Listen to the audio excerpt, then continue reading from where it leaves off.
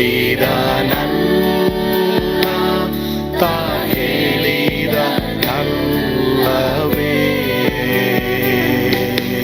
ನಾ ಕೈ ಬಿಡೇನು, ನಾ ಕೈ ಬಿಡೇನು. ಆ ಮಾತು ಹೇಳಿದನಲ್ಲ, ತಾ ಹೇಳಿದನಲ್ಲವೇ. ಯೇಸು ಕೈ ಬಿಡನು ದೈನಂದಿನ ಸತ್ಯವೇದ ಅಧ್ಯಯನಕ್ಕೆ ನಿಮ್ಮೆಲ್ಲರನ್ನು ಆಹ್ವಾನಿಸುತ್ತೇನೆ. ಈ ದಿನವೂ ಸಹ ನಾವು ನಿಮ್ಮ ಸಮಸ್ಯೆಗಿಂತ ಮುಂಚೆಯೇ ದೇವರು ಪರಿಹಾರವನ್ನು ಸಿದ್ಧ ಮಾಡಿದ್ದಾರೆ ಅನ್ನುವುದರ ಕುರಿತು ನಾವು ಕಲಿಯೋದಕ್ಕೆ ಹೋಗ್ತೇವೆ. ನೀವು ಯಾವುದೇ ಒಂದು ಸಮಸ್ಯೆ ಬಗ್ಗೆ ಯೋಚನೆ ಮಾಡುವಾಗ ಅದಕ್ಕೆ ಸೊಲ್ಯೂಷನ್, ಪರಿಹಾರ ದೇವರು ಕೊಟ್ಟಿದ್ದಾರೆ ಎಂಬುದಾಗಿ ಸ್ತೋತ್ರ ಮಾಡ್ರಿ. ಖಂಡಿತವಾಗಿ ಸಂದೇಶ ನಿಮಗೆ ಆಶೀರ್ವಾದವಾಗಿರುತ್ತೆ. ನೋಡ್ರಿ, ನಂಬ್ರಿ. ಆದಿಕಾಂಡ 21:19. ಇದಲ್ಲದೆ ದೇವರು ಅವಳ ಕಣ್ಣನ್ನು ತೆರೆಯುವುದರಿಂದ ಅವಳು ನೀರಿನ ಬಾವಿಯನ್ನು ಕಂಡು ತಿತ್ತಿಯಲ್ಲಿ ನೀರನ್ನು ತುಂಬಿಕೊಂಡು ಹುಡುಗನಿಗೆ ಕುಡಿಸಿದಳು. ಸರಿ, ಆಗರಳು ಯಾರು? ಅಬ್ರಾಮನ ದಾಸಿ. ಹೆಂಡತಿ ಮಾತು ಕಟ್ಕೊಂಡು ಅವಳನ್ನ ಹೆಂಡತಿಯಾಗಿ ತೆಗೆದುಕೊಂಡ. ಕಡೆಗೆ ಅವನಿಗೆ ಇಷ್ಮಾಯಲ್ ಎಂಬುದಾಗಿ ಮಗು ಆಯಿತು. ಒಂದಿನ ಅವರಿಬ್ಬರಿಗೂ ಗಲಾಟೆ ಆಯಿತು. ಕಡೆಗೆ ಅಬ್ರಾಮನಿಗೆ ಇವಳು ಹೇಳ್ತಾಳೆ, ಆಗರಳನ್ನು ಮತ್ತೆ ಮಗುನ ಕಳಿಸ್ಬಿಡು. ಆವಾಗ ಅಬ್ರಾಮ ಏನು ಕೊಟ್ಟಿದ್ದು ಗೊತ್ತಾ? ಒಂದು ತಿತ್ತಿ ನೀರು ಅಂತಂದರೆ ಅದು ತೆಂಗಿನಕಾಯಿ ಚಿಪ್ಪು ಅಂತ ಇಟ್ಕೊಳ್ಳಿ. ಬಟ್ ನಾನು ಇಲ್ಲಿ ತೋರಿಸ್ತಾ ಇರೋದು ನಿಮಗೆ ಲೋಟ. ನೀನು ಮನುಷ್ಯನ ನೋಡ್ತಾ ಇದೆಯಲ್ಲ, ಮನುಷ್ಯ ಕೊಡೋಕ್ಕಾಗೋದು ಇಷ್ಟೇ. ನೀನು ಇವತ್ತು ಮನುಷ್ಯನ ಬಗ್ಗೆ ಯೋಚನೆ ಮಾಡ್ತಾ ಇದೀಯಾ? ಯಾರೋ ಬಗ್ಗೆ ನೀನು ಯೋಚನೆ ಮಾಡ್ತಾ ಇದೀಯಾ? ಯೋಚನೆ ಮಾಡಬೇಡ, ಅವ್ರ ಬಗ್ಗೆ ಯೋಚನೆ ಮಾಡಬೇಡ. ಮನುಷ್ಯ ಇಷ್ಟೇ ಕೊಡೋಕ್ಕಾಗೋದು. ನೋಡಿ, ಯಾಕೆ ಲೋಟ ಇದೆ ಗೊತ್ತಾ? ಯಾಕಂದರೆ ಮನುಷ್ಯ ಇಷ್ಟೇ ಕೊಡೋಕ್ಕಾಗೋದು. ಮನುಷ್ಯನಿಗೆ ಲಿಮಿಟ್ ಇದೆ. ಆದರೆ ನಮ್ಮ ದೇವರು ಹೊರತೆಗಳನ್ನು ಕೊಡ್ತಾರೆ. ಹಲ್ಲೆಲೂಯಾ. ಸೊ ಇವಳನ್ನ ಏನು ಮಾಡ್ಬಿಟ್ಟ ಗೊತ್ತಾ? ಆಗರಳನ್ನು ಮಾತ್ರ ಒಳ್ಳೆ ಮಗುವನ್ನು ಕಳಿಸ್ಬಿಟ್ಟ. ಹೋಗ್ರಿ ಮನೆಯಿಂದ ಆಚೆ ಹೋಗ್ರಿ ಅಂದ್ಬಿಟ್ಟು. ಇವಳು ಎಲ್ಲೋಗ್ತಾಳೆ? ಕಾಸಿಲ್ಲ, ಏನಿಲ್ಲ, ಮನೆ ಇಲ್ಲ, ಏನಿಲ್ಲ, ಮರುಭೂಮಿಗೆ ಹೋಗ್ಬಿಡ್ತಾಳೆ. ಮರುಭೂಮಿಗೆ ಹೋಗ್ಬಿಟ್ಟು ಇವಳು ಏನು ಮಾಡ್ತಾಳೆ?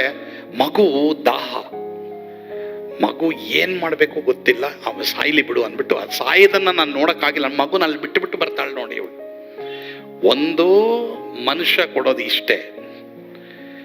ನೀನು ಎಂಥ ಪ್ರಾಬ್ಲಮ್ ಇದ್ರೂ ಮನುಷ್ಯ ಸಾಲ್ವ್ ಮಾಡೋಕ್ಕಾಗಲ್ಲ. ದೇವ್ರ ಸೊಲ್ಯೂಷನ್ ಇಟ್ಟಿದ್ದಾರೆ. ಹಲ್ಲೆಲೂಯಾ. ದೇವ್ರು ಏನೋ ಒಂದು ಸೊಲ್ಯೂಷನ್ ಇಟ್ಟಿದಾರಮ್ಮ, ನಿನಗೆ ಪರಿಹಾರ ಇಟ್ಟಿದ್ದಾರೆ. ಭಯ ಪಡಬೇಡ. ಯಾಕೆ ಈ ಪ್ರಾಬ್ಲಮ್ ನಿನ್ಗೆ ಬಂದಿದೆ ಗೊತ್ತಾ? ದೇವರು ಒಂದು ಅದ್ಭುತ ನಿನಗೆ ತೋರಿಸ್ಲಿಕ್ಕೆ. ಅದು ನೀನು ನಂಬು. ಈ ಪ್ರಾಬ್ಲಮ್ ನನಗೆ ಬಂದಿರೋದು ಈ ಅದ್ಭುತ ದೇವ್ರು ನಾನು ತೋರಿಸ್ಲಿಕ್ಕೆ ಅಂತ ನೀವು ನಂಬ್ರಿ ಅಷ್ಟೇ. ಇನ್ನೇನು ಮಾಡೋಕ್ಕಾಗಲ್ಲ. ಸರಿ, ಇವಳೇನು ಮಾಡ್ತಾಳೆ? ಮಗು ಸಾಯೋದನ್ನು ನಾನು ನೋಡಬಾರ್ದು ಅಂತೇಳಿ ಈ ಕಡೆ ಬಂದು ಬಚ್ಚಿಟ್ಕೊಳ್ತಾಳೆ. ಮಗು ಅಳ್ತಾ ಇರ್ತದೆ, ನೀರಿಲ್ಲದೆ ಅಳ್ತಾ ಇರ್ತದೆ. ಆ ಟೈಮಲ್ಲಿ ದೇವರು ಅವಳ ಕಣ್ಣನ್ನು ತೆರೀತಾರೆ. ಅವಳ ಕಣ್ಣನ್ನು ತೆರೆದಾಗ ಆ ಮರುಭೂಮಿಯಲ್ಲಿ ಅವಳು ಹೊರತೆಯನ್ನು ನೋಡ್ತಾಳೆ. ನೋಡಿದ್ರ, ಮನುಷ್ಯ ಇಷ್ಟೇ ಕೊಡೋದು, ಆದರೆ ದೇವರು ನಿನಗೆ ಹೊರತೆ ಕೊಡ್ತಾರೆ. ಅದಕ್ಕೆ ನೀನು ಅವ್ರನ್ನ ಆರಾಧನೆ ಮಾಡು. ಅದಕ್ಕೆ ನಿನ್ನ ಜೀವಮಾನ ಅವ್ರು ಕೊಟ್ಬಿಡು. ಪೂರ್ಣ ನೀನು ಕೊಟ್ಟು ನೋಡು. ಖಂಡಿತವಾಗಿ ದೇವರು ನಿನಗೆ ಹೊರತೆಗಳು ಕೊಡ್ತಾರೆ. ನನಗೊಬ್ಬ ಫ್ರೆಂಡ್ ಇದ್ದಾರೆ. ಅವರು ಅಮೆರಿಕ ದೇಶದಲ್ಲಿ ಇದ್ದಾರೆ ಇವಾಗಲೂ. ಡೆಲ್ಲಿನಲ್ಲಿ ಅವ್ರಿಗೆ ಅವ್ರ ಅಣ್ಣ ತಮ್ಮ ಮತ್ತು ಅವರ ತಂಗಿ ಇದ್ದಾರೆ, ತಂದೆ ತಾಯಿ ಇದ್ದಾರೆ. ಈತನ ಯೇಸುಸ್ವಾಮಿ ನಂಬಿದ್ದಕ್ಕೆ ಈತನಿಗೆ ಏನೂ ಕೊಟ್ಟಿಲ್ಲ. ಈತನ ಮನೆಯಿಂದ ಆಚೆ ಕಳಿಸ್ಬಿಟ್ರು. ಆದರೆ ಈತನ ಯೇಸುವನ್ನು ಬಿಟ್ಟಿಲ್ಲ. ದೇವ್ರ ವಾಕ್ಯದಲ್ಲಿ ಏನು ಬರ್ತಿದೆ ಗೊತ್ತಾ? ನನ್ನ ನಿಮಿತ್ತವಾಗಿ ಸ್ಥಳಗಳನ್ನು, ಹೊಲಗಳನ್ನು, ತಂದೆ ತಾಯಿಗಳನ್ನು ಒಬ್ಬ ಮನುಷ್ಯ ನಿಜವಾಗ್ಲೂ ಬಿಟ್ಟು ಆತನ ದೇವ್ರನ್ನ ಹಿಡ್ಕೊಂಡ್ರೆ ಅವನಿಗೆ ಈ ಲೋಕದಲ್ಲಿ ನಾನು 100 ಪಾಲು ಕೊಡ್ತೀನಿ ಮತ್ತೆ ನಿತ್ಯ ಜೀವ ಕೊಡ್ತೀನಿ ಅಂತ ಯೇಸುಸ್ವಾಮಿ ಹೇಳಿದ್ದಾರೆ. ಅದೇ ಥರ ಆತನು ಸರಿ ಎಲ್ಲರನ್ನು ಕ್ಷಮಿಸ್ತಾ ಸ್ತೋತ್ರ ಮಾಡಿದ. ಇವಾಗ ಅಮೆರಿಕದಲ್ಲಿ ದೊಡ್ಡ ಅಪಾರ್ಟ್ಮೆಂಟಲ್ಲಿ ಒಳ್ಳೆ ಕೆಲಸ, ಒಳ್ಳೆ ದೊಡ್ಡ ಮ್ಯಾನೇಜರ್ ಆಗಾತನಿದ್ದಾನೆ. ಯಾಕೆ ಅಂದರೆ ಯೇಸು ಅವನನ್ನು ಕೈ ಬಿಟ್ಟಿಲ್ಲ.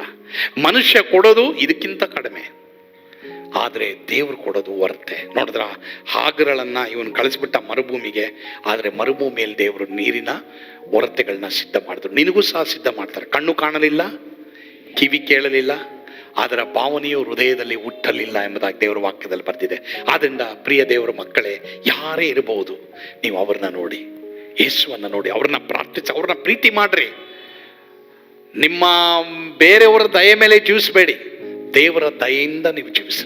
ಇವಳು ಅಬ್ರಾಮನ ದಯೆಯಿಂದ ಅವು ಮನೇಲಿ ಇದ್ಲು. ಅಬ್ರಾಮನ ದಯೆ ಏನ್ ಮಾಡ್ತಾವ, ಅವನು ಒದ್ದು ಓಡಿಸ್ಬಿಡ್ತು ಅವಳನ್ನ. ಆದ್ರೆ ಅವಳು ದೇವ್ರನ್ನ ನೋಡಿದ್ರು, ದೇವ್ರು ಅವಳ ಕಣ್ಣನ್ನು ತೆರೆದ್ರು. ನೀವು ಹೇಳ್ರಿ, ದೇವರೇ ನನ್ನ ಕಣ್ಣನ್ನು ತೆರೆ. ಎಫೆಸದಲ್ಲಿ ಬರೆದಿದೆ, ಕರ್ತನು ನಿಮ್ಮ ಮನೋನೇತ್ರಗಳನ್ನ ಬೆಳಗಿಸಿ ಎಂಬುದಾಗಿ ಬರೆದಿದೆ. ನಿಮ್ಮ ಆತ್ಮೀಯ ಕಣ್ಣುಗಳನ್ನ ದೇವರು ತೆರಿಬೇಕು ಪ್ರಿಯರೇ. ನಿಮ್ಮ ಆತ್ಮೀಯ ಕಣ್ಣನ್ನು ದೇವರು ತೆರೆದ್ರೆ ಖಂಡಿತವಾಗಿ ದೇವರು ನಿಮ್ಮ ಜೀವಮಾನದಲ್ಲಿ ಮಾಡುವಂಥದ್ದು ಅಷ್ಟಿಷ್ಟಲ್ಲ, ದೊಡ್ಡ ದೊಡ್ಡ ಕಾರ್ಯಗಳನ್ನ ದೇವರು ನಿಮಗೋಸ್ಕರವಾಗಿ ಮಾಡ್ತಾರೆ. ಒಂದ್ಸಲ ನನಗಿನ್ನೂ ನೆನಪಿದೆ, ಕಮ್ಮನಹಳ್ಳಿಯಲ್ಲಿ ಹೋಗಿ ನೀಲಮ್ಮ ಅಂತ ಒಬ್ಬರಿದ್ರು ಮಲಯಾಳಿ. ಅವ್ರ ಮನೆಗೆ ಹೋಗ್ಬಿಟ್ಟು, ಒಳ್ಳೆ ಸೈಕಲ್ ಅಮ್ಮ, ಸೂಪರ್ ರ್ಯಾಲಿ ಸೈಕಲ್, ಈಗ ಬರೋದೆಲ್ಲ ಬರ್ರಿ ಇವತ್ತು ತಗೊಂಡ್ರೆ ನಾಳೆ ಹೊಡೆದೋಗುತ್ತೆ ಅಂಥ ಸೈಕಲ್ಗಳು ಇವತ್ತಿರೋದು. ಎಂಥದ್ದೇ ಇರಲಿ, ಇವತ್ತು ತಗೊಂಡ್ರೆ ನಾಳೆ ಒಂದು ಬಂಡೆಗೆ ನೀನು ಹೋಗಿ ಹೊಡೆದ್ಬಿಟ್ರೆ ಹೊಟ್ಟೋಗ್ತದೆ ಅಂಥ ಸೈಕಲ್ ಇರೋದು. ಬಟ್ ಆಗಿನ ಕಾಲದಲ್ಲಿ ರ್ಯಾಲಿ ಸೈಕಲ್ ಅಮ್ಮ ಅಪ್ಪ, ಇವತ್ತು ನಾನು ಯೋಚನೆ ಮಾಡ್ತೀನಿ ಎಂಥ ಸೈಕಲ್ ಗೊತ್ತಾ. ಆ ಸೈಕಲ್ ತಗೊಂಡೋದೆ ನಾನು, ತಗೊಂಡೋಗ್ಬಿಟ್ಟು ಆ ಮನೆಯಲ್ಲಿ ಪ್ರಾರ್ಥನೆ ಎಲ್ಲ ನಡೆಸ್ಬಿಟ್ಟು ಆಚೆ ಬಂದರೆ ಸೈಕಲೇ ಇಲ್ಲ, ಕೈಯಲ್ಲಿ ಬೀಗ ಇದೆ, ಸೈಕಲೇ ಇಲ್ಲ.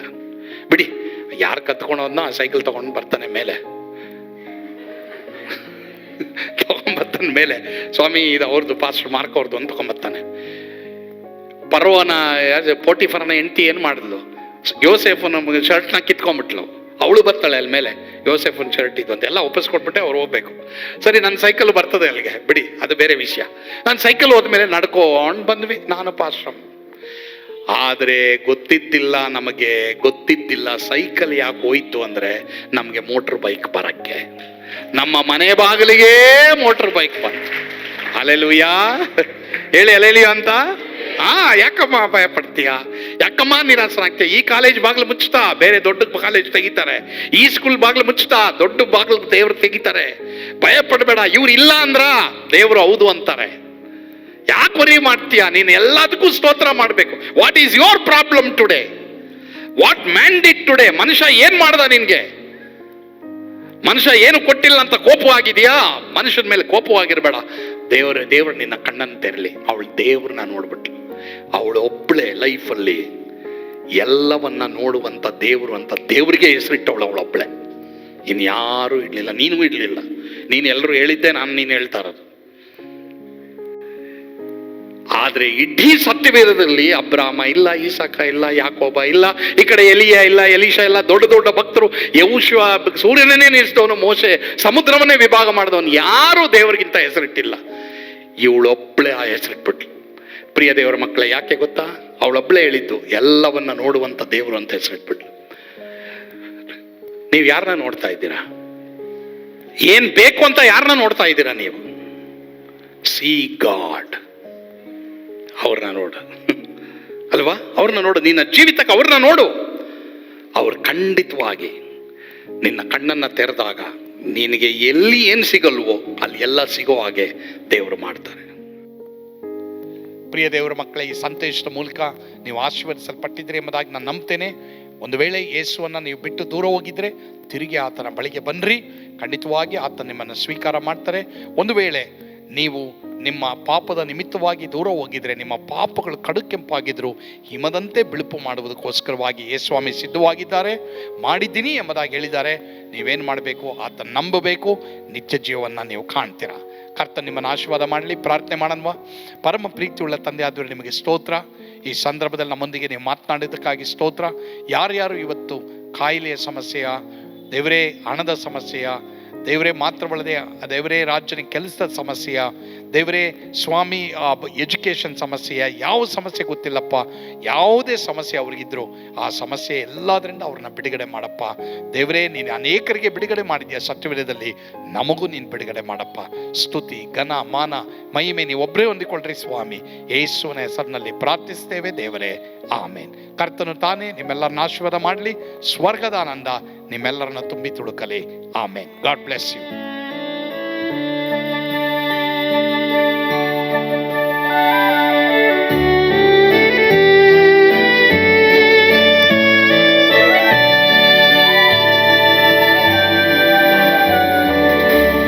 ಎಂಥ ಅದ್ಭುತವಾದ ದಿನ, ನಾನೆಂದಿಗೂ ಮರೆಯೇನು.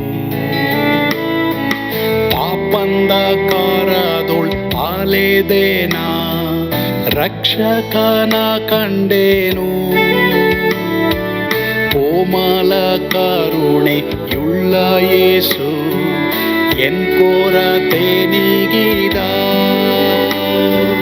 ಕತ್ತಲೆ ಹೋಯಿತು, ಜ್ಯೋತಿಯು ಮೂಡಿತು, ನಾನೀಗ ಧನ್ಯನಾದೆ. ಸ್ವರ್ಗದ ನಂದ ಎನ್ನಾತ್ಮ ತುಂಬಿತು. ಶಿಲುಬೆನಾಥ ಎನ್ ಸ್ವಸ್ಥ ಕೈದನು. ಎನ್ ಪಾಪ ತೋಳೆದ, ಈರುಳ ದಿನಕ್ಕೆ ತಿರುಗಿದ. ಸ್ವರ್ಗದ ನಂದ ಎನ್ನಾತ್ಮ ತುಂಬಿತು.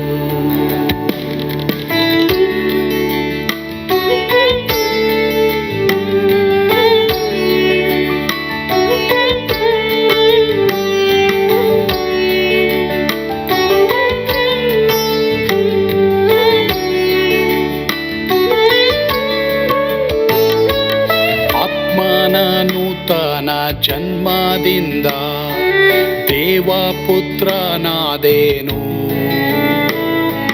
ನೀತಿ ನಿರ್ಣಯವ ಹೊಂದಿದೇನು, ಭಾಗ್ಯವಂತನಾದೇನು. ಪಾಪಾತ್ಮನಾಗಿ ನಾ ಬಂದಾಗಲೇ ಆಶೀರ್ವಾದ ಸಿಕ್ಕಿತು.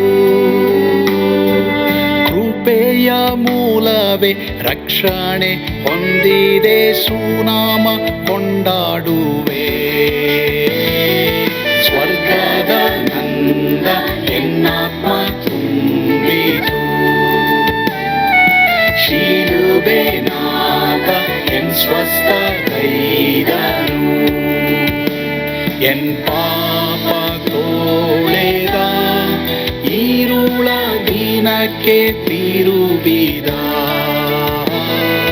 ಸ್ವರ್ಗದ ನಂದ ಎನ್ನಾತ್ಮ ತುಂಬಿತು.